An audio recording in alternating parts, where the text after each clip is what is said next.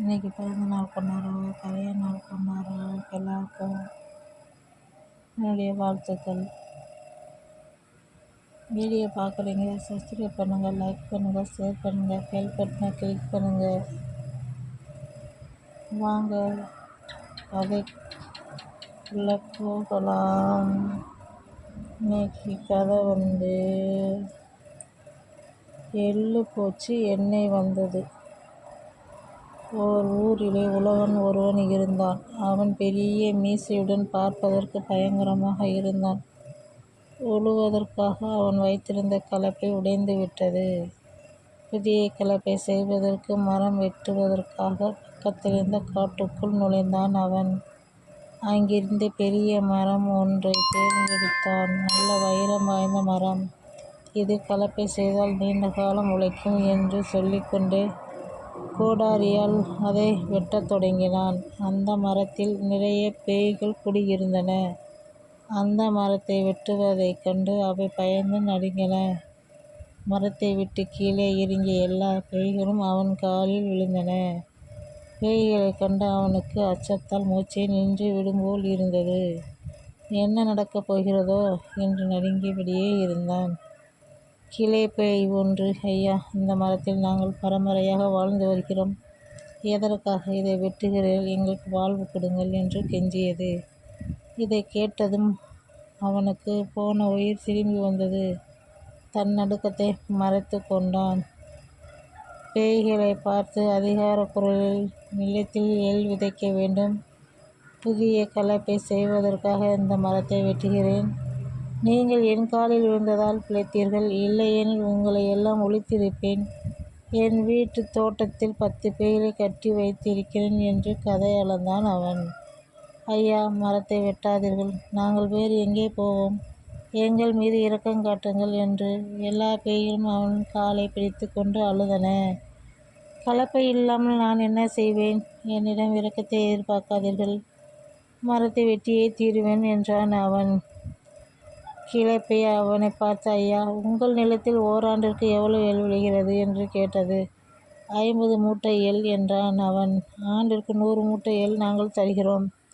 இந்த மரத்தை வெட்டாதீர்கள் என்று கெஞ்சியது அது.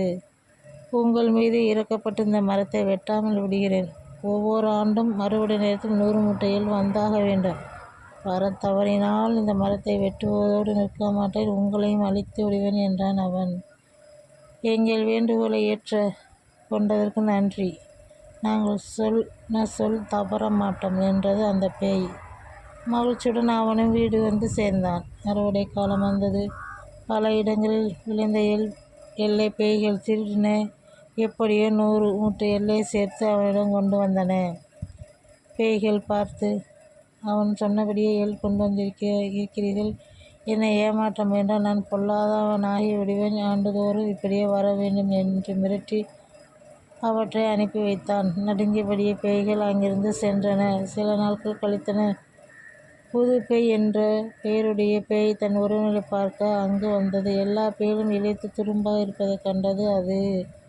சென்ற ஆண்டு உங்களை பார்த்தேன், மகிழ்ச்சியாக இருந்தேன். இன்று மெலிந்து சுகத்துடன் காட்சியளிக்கிறேன். என்ன நடந்தது? சொல்லுங்கள் என்று கேட்டது புது பேய். அது நடந்தது அனைத்தையும் சொன்னது ஒரு பேய். 100 மூட்டை எள்ளை தேடி அலைவதிலே எங்கள் காலம் கழிகிறது என்று எல்லா பேய்களும் வருத்தத்துடன் சொல்லின. புது பேயால் சிரிப்பை அடக்க முடியவில்லை. நீங்கள் இவ்வளவு முட்டாள்களா? நாம் பேய்கள் அல்லவா? நமக்குத்தான் மனிதர்கள் பயப்பட வேண்டும். நாம் அவர்களுக்கு பயப்படலாமா என்று கேட்டது. அவன் சாதாரண மனிதன் அல்ல. எத்தனையோ பேய்களை வீட்டில் கட்டி வைத்திருக்கிறான். எதற்கும் அஞ்சாத முரடன். அதனால்தான் 100 மூட்டை எள் தர ஒப்புக்கொண்டோம் என்றது ஒரு பேய். போயும் ஒரு மனிதனுக்கு அஞ்சுகிறீர்கள்? வெக்கம் வெக்கம். இன்றே அவனை கொன்று விட்டு திரும்புகிறேன் என்று புறப்பட்டது புது பேய். வேண்டாம், நாங்கள் சொல்வதை கேள். நீ அவனிடம் மாட்டிக்கொண்டு துன்பப்படப் போகிறாய் என்று எச்சரித்தன மற்ற பேய்கள். உழவனின் வீட்டுக்கு சென்றது புது பேய். வாய்ப்பை எதிர்பார்த்து மாட்டுத் தொழுவத்தில் பதுங்கி இருந்தது அந்த புது பேய். வெளியில் இருந்து வாங்கி வந்த பல மாடுகள் அங்கு கட்டப்பட்டு இருந்தன. புது பேய் என்ற ஊரில் வாங்கிய மாடும் அவற்றில் ஒன்று. அது முரட்டு மாடாக இருந்தது.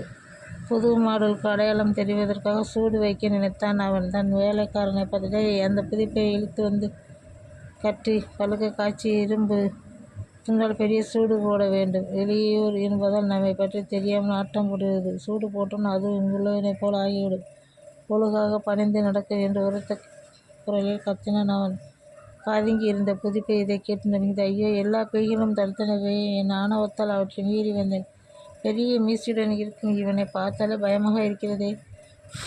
சிறிது இரக்கம் இல்லாதவன் போல் தோன்றினான். நாம் நன்றாக மாட்டிக்கொண்டோம்.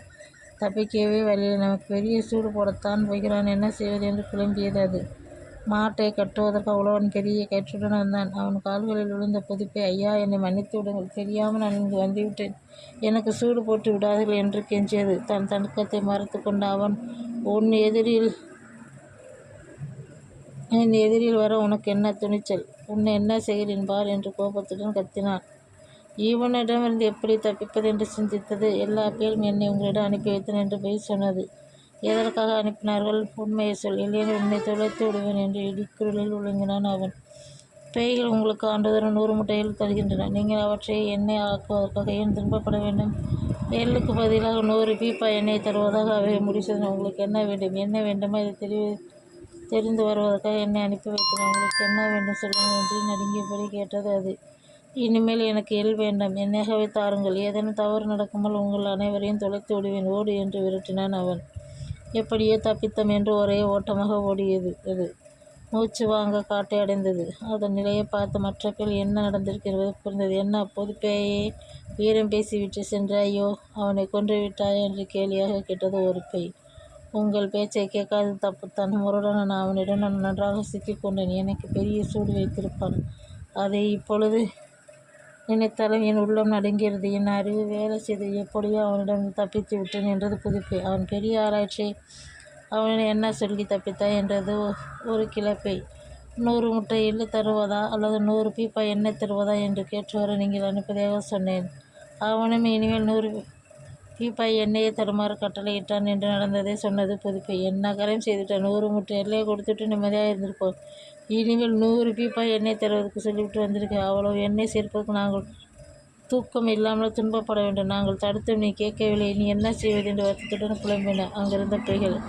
எல்லா பேய்களும் தங்கள் விதியை நொந்து கொண்டு ஆண்டுதோறும் உழவனுக்கு 100 பீப்பா எண்ணெயை தந்து வந்தன.